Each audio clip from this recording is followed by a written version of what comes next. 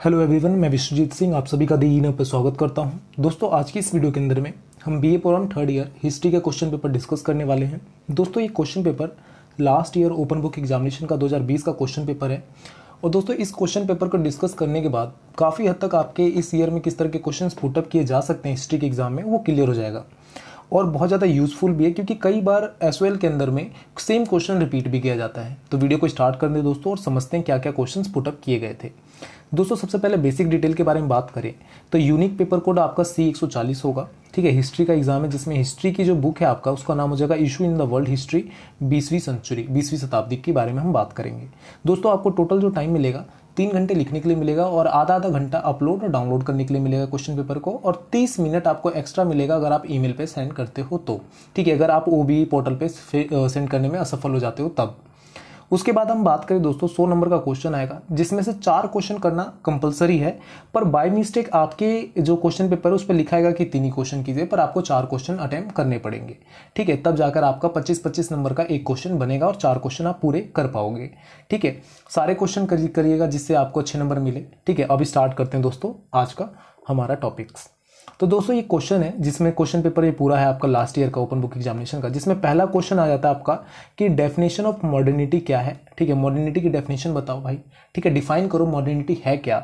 ठीक है, आधुनिकता है क्या, इसके बारे में पूछता है। और इसी क्वेश्चन के अंदर में एक दूसरा पार्ट पूछता है कि यह पूंजीवादी औद्योगिकरण से किस प्रकार संबंधित है। सबसे पहले हम बात करें आधुनिकता की परिभाषा क्या है, तो आज के समय में जो हम टेक्नोलॉजी यूज करते हैं, जितने भी तकनीक का उपयोग करते हैं, सारा क्या है, मॉडर्निटी का एक पार्ट है।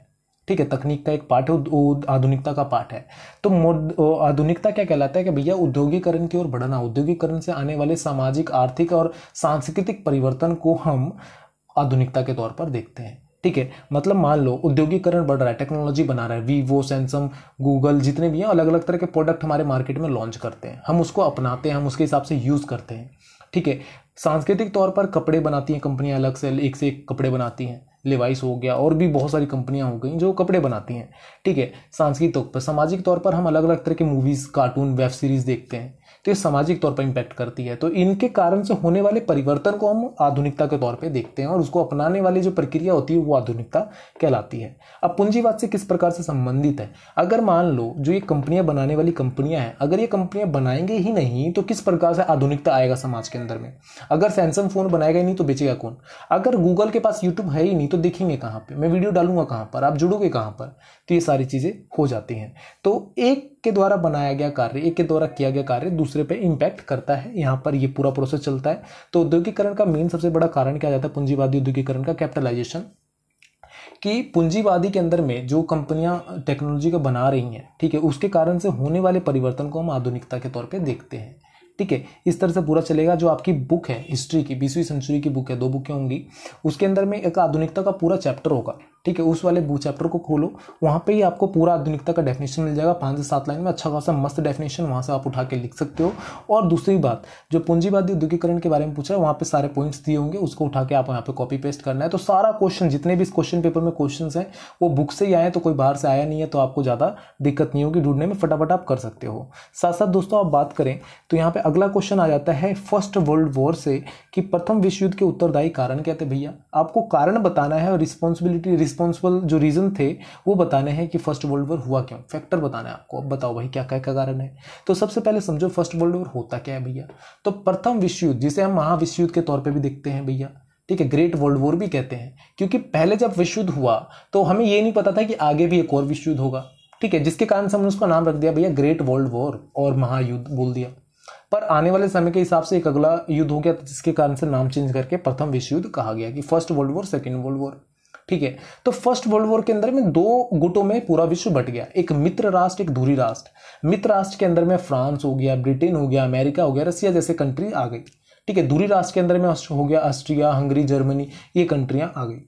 ठीक है, तो 2 राष्ट्रों का इसके अंदर में सबसे पहला रीजन आ जाता है भैया वैचारिक संघर्ष। वैचारिक संघर्ष, अपनी अपनी विचारधारा मैच ही नहीं कर रही थी भैया। विचारधारा मैच करेगी तब ना आप एक जगह पे बैठोगे। मैं मान रहा हूं इसको, आप मान रहे हो उसको, आप ही कह रहे हो ये, मैं कह रहा हूं वो। विचारधारा का संघर्ष सबसे पहला रीजन के तौर पे बनता है। दूसरा रीजन बन जाता है भैया जर्मनी और फ्रांस की शत्रुता। जर्मनी और फ्रांस कट्टर दुश्मन थे, जिसके कारण से फर्स्ट वर्ल्ड वॉर हुआ। ठीक है, तीसरा रीजन यहाँ पे आप देखोगे तो सैन्यवाद का बढ़ावा।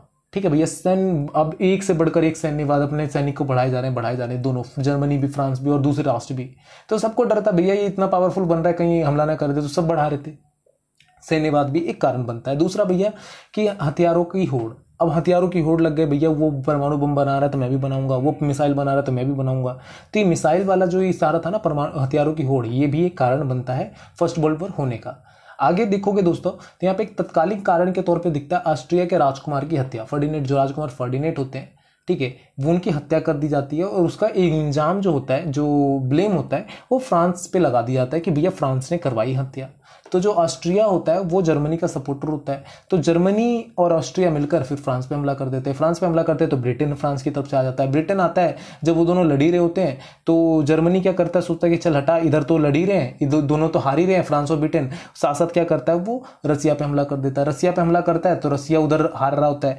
फिर देखता है अमेरिका, अमेरिका जब तक शांत है, अमेरिका अभी तक युद्ध में आया नहीं है, उसके बाद देखता है कि जब जर्मनी कमजोर हो गया तो अमेरिका आ जाता है सपोर्ट में, ठीक है, एक साइड से। अमेरिका जब उन पे हमला करता है तो जर्मनी हार जाता है, ठीक है, और उधर से रसिया उधर से दौड़ाते हुए आता है, तो दोनों तरफ से जर्मनी हार जाता है, ठीक है। जहां पे जर्मनी का टुकड़ा होता है, जहां पे बर्लिन की दीवार बनती है, उसके बाद में, ठीक है। तो ये सारा प्रोसेस चलता है।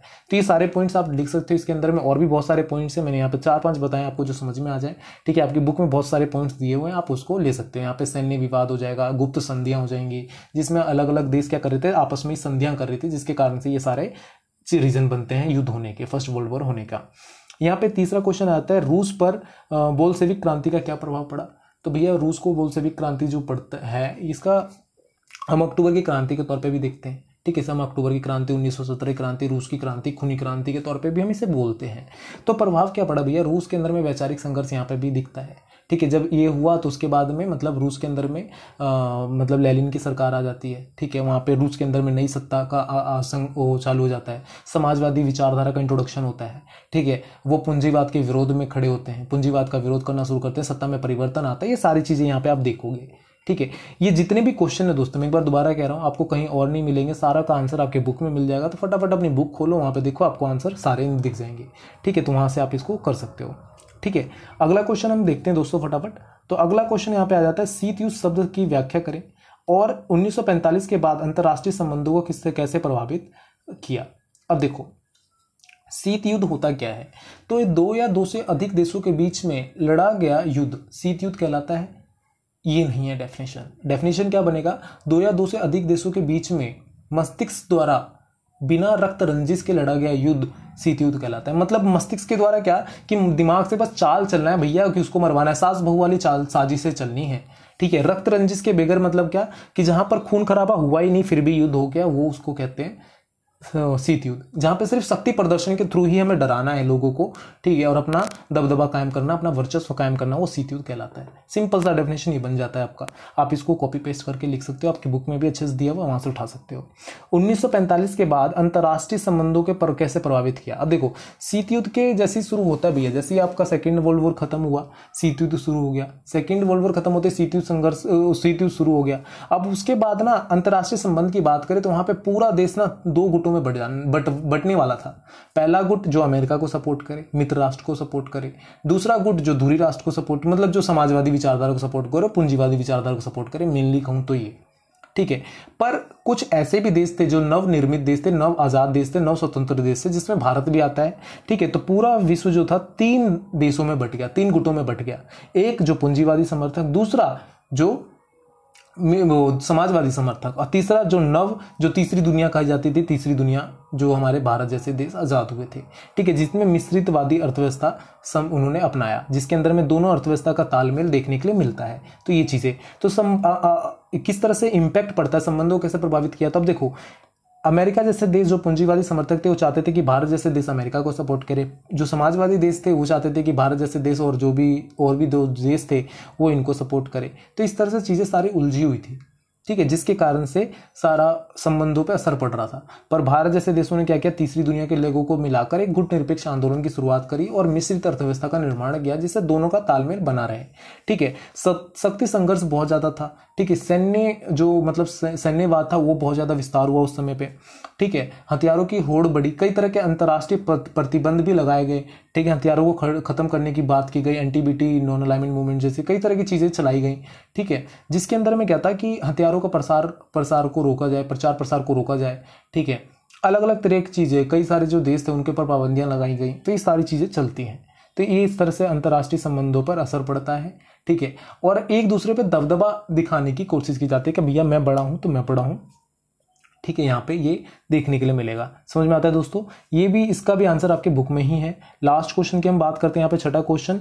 तो यहाँ पे आ जाता है कि नए सामाजिक आंदोलन की लक्ष्य पूर्ति में किस हद तक सफल रहे। जो भी नए सामाजिक आंदोलन चल रहे हैं, समाज के अंदर में चल रहे हैं, तो उसके लिए लक्ष्य पूर्ति में कितना सफल रहे। सबसे पहले इसकी बात करें तो यहाँ पे आ जाता है कौन से सामाजिक आंदोलन। यहाँ पे इतने में समझ में नहीं आएगा क्वेश्चन को, इसलिए आप आगे पढ़ोगे तो नारी आंदोलन या फिर पर्यावरण आंदोलन की व्याख्या कीजिए। तो जो महिलाओं द्वारा या समाज के अंदर में और भी जो आंदोलन चल रहे थे वो कितने प्रतिशत तक सफल रहे। आज के आंदोलन का तो मैं नहीं कह सकता कितने प्रतिशत सफल है, पर जो जब नारी आंदोलन और पर्यावरण आंदोलन जब शुरुआत हो रही थी अंग्रेजों के टाइम पे भी और अंग्रेजों के बाद भी, तो वो काफ़ी हद तक सफल रहे। उससे काफ़ी ज़्यादा परिवर्तन आया, सरकार के अंदर में भी चेंजेस करी, रूल रेगुलेशन में भी बदलाव आया और बहुत ज़्यादा समाज के ऊपर में एक सोशल इम्पैक्ट भी देखने के लिए मिला, ठीक है। आज की मैं बात करूं, कल मैंने रात में एक न्यूज़ देखा कि कहीं का जंगल, मुझे याद नहीं कहाँ का नाम, तो जंगल है, जंगल के ये मतलब खोज में पता चला कि जंगल के नीचे जमीन में हीरे हैं, ठीक है, डायमंड्स हैं। तो उसके कारण से कुछ मतलब पेड़ों को काटा जाएगा, कुछ मतलब ये नहीं दो चार, मतलब कई हजार कई लाख पेड़ों को काटा जाएगा, जिसके बाद जंगल की खुदाई की जाएगी जब हीरे निकलेंगे। पर लोगों ने क्या किया, पेड़ को गले लगाकर, ठीक है, गले लगाकर पेड़ काटने से रोका, उसका विरोध किया, ठीक है। विरोध कर रहे हैं, जता रहे हैं, मीडिया में कल आ रहा था न्यूज़ में, ठीक है। तो ये गले लगाकर का शुरुआत कहाँ से हुआ, तो जो चिपको आंदोलन था जो एक महिला के द्वारा ही लीड किया गया था, तो उसका इम्पैक्ट आज देखने के लिए मिल सकता है। तो मतलब ये कह सकता हूं मैं कि जो नारीवादी आंदोलन है उसका इम्पैक्ट सोशली समाज के ऊपर पड़ा है, ठीक है। ये चीजें मैं सिर्फ पर्यावरण को लेकर नहीं कह सकता कि महिलाओं ने पर्यावरण को लेकर आंदोलन किए, मतलब महिलाओं ने शिक्षा को लेकर, ठीक है, शौचालय को लेकर, पता नहीं कितने तरह के आंदोलन हुए हैं, ठीक है। आज के समाज में जो कई सारे इम्पैक्ट अधिकारों को लेकर, ठीक है, तो इन सारी चीजों को लेकर आप देखोगे तो महिलाओं द्वारा आंदोलन किए गए हैं और काफी हद तक ये सफल रहे हैं, ठीक है। ये चीजें भी हम इसको कह सकते हैं समाज के ऊपर में कि मतलब सफल तो रहे। अब ये आंदोलन की व्याख्या करें तो जो महिलाओं द्वारा किए गए थे, जैसे चिपको आंदोलन हो गया, ठीक है, नारी का भ्रूण हत्या वाला जो एक सीन चल रहा था जिसमें बच्चों को हत्या कर दी जा रही थी, अगर लड़की होती थी तो वो बेटी बचाओ बेटी पढ़ाओ जैसे अभियान की शुरुआत की गई महिलाओं द्वारा, ठीक है। सरकार का भी इसमें योगदान रहा। तो ये सारी चीजें जो आंदोलन थे, जो शुरुआत थी, ये बहुत हद तक पॉजिटिव मैसेज देता है समाज के अंदर में और बहुत ज्यादा परिवर्तन का भी काम करता है। तो ये सारा कुछ यहाँ पे देखने के लिए मिलेगा दोस्तों। ये पूरा आपका 6 क्वेश्चन था जो मैंने आपको समझाया, आपकी बुक में ही आंसर है, आप बुक से कर सकते हो सारा उठाकर, ठीक है। जे.एन. टिकनर के बारे में भी यहाँ पे बता सकते हो, नारीवादी आंदोलन के अंदर में, ठीक है, जो नारीवादी विचारक थे। अगर आप इसके अंदर में बात करोगे सर कौन कौन सा क्वेश्चन करना चाहिए, तो मैं आपको सजेस्ट करूंगा 4 क्वेश्चन के लिए, जिसमें सबसे पहले आप सेकंड क्वेश्चन कर लो, बहुत इजी, और उसमें सारे पॉइंट वाइज लिखोगे तो नंबर ज़्यादा अच्छे मिलेंगे। तीसरा क्वेश्चन कर लो जो बोल्शेविक क्रांति, अक्टूबर क्रांति, जिसे मैंने बोला, चाहे 1917 की क्रांति बोला, चाहे रूस की क्रांति बोला, उसके बारे में करो इसमें, क्योंकि पॉइंट्स में आप लिखोगे आंसर को तो नंबर ज़्यादा मिलेंगे, ठीक है। तीसरा क्वेश्चन करो जर्मनी वाला, ठीक है। इसके अंदर में क्या आप जर्मनी के बारे में बताओगे, नाजीवादी, शायद मैंने इस वाले क्वेश्चन को आपसे समझाया नहीं, जर्मनी में नाजीवादी का उदय का कारण क्या था, तो यहाँ पे आप बताओगे कि जैसे जर्मनी में नाजीवादी का उदय का कारण क्या था। जब फर्स्ट वर्ल्ड वॉर हो गया तो फर्स्ट वर्ल्ड वॉर के बाद कुछ संधियां की गई, ठीक है, जिसमें वर्साई की संधि हो गई, जर्मनी के ऊपर दबाव बनाया गया, जर्मनी का 2 भागों में बांट दिया गया, मतलब 2 भागों में तो नेक्स्ट सेकंड वर्ल्ड वॉर में बटेगा, ठीक है, जब हिटलर आ जाएगा तब सेकंड वर्ल्ड वॉर के बाद बटेगा। तो जर्मनी के अंदर में जो क्या था, सामाजिक तौर पर बहुत ज़्यादा इम्पैक्ट पड़ा, वर्साई की संधि, हिटलर का आगमन, ठीक है, और जर्मनी पे दबाव सामाजिक तौर पे पूरी तरह से खत्म कर देना, और हिटलर की जर्मनी की अर्थव्यवस्था का नुकसान पहुंचाना, ये सारी चीज़ें के कारण से नाजीवाद का उदय होता है। और हिटलर का जो व्यक्तित्व था, जो भाषण की उसकी प्रवृत्ति शैली थी, वो बहुत ज़्यादा इम्पैक्टिव थी। राष्ट्रवाद को लेकर वो बहुत ज़्यादा उसके अंदर में क्रूर भावना थी, ठीक है, बहुत दृढ़ शक्ति थी। उसके कारण से लोगों के अंदर में सोशल मैसेज बहुत ज़्यादा जाता है, जिसके बाद से ना जर्मनी ने इसका शुरुआत किया, ठीक है। ये सारी चीज़ें देखने के लिए मिलती है दोस्तों। तो मैं आपको सजेस्ट करूंगा कि ये 3 क्वेश्चन करो और चौथा क्वेश्चन जो आपका शीत युद्ध वाला है ये वाला भी करो, ठीक है, जिससे 4 क्वेश्चन के अंदर में आपका पूरा आंसर बन जाएगा, सही हो जाएगा, जिसमें आपको समझ में आएगा और नंबर भी अच्छे मिलेंगे। जो 4 क्वेश्चन मैंने बताया ये पॉइंट्स वाले क्वेश्चन है, जिसमें आप पॉइंट में एक्सप्लेन करोगे तो नंबर अच्छे मिल सकते हैं, ठीक है। तो ऑल द बेस्ट फ्रेंड्स। और अगर आपको किसी भी तरह की सजेशन चाहिए तो आप हमारे टेलीग्राम ग्रुप को ज्वाइन कर सकते हैं, जो डिस्क्रिप्शन में लिंक है, वहाँ से आप जाकर ज्वाइन कर लीजिए। और मोस्ट इंपॉर्टेंट चीज़, हमारे चैनल को सब्सक्राइब जरूर कीजिए, जिससे आपको आने वाले समय में जो भी वीडियो रिलेटेड अपडेट हो आपको टाइम पे मिले। Thank you for watching me, thank you for listening me, bye bye, take care, all the best.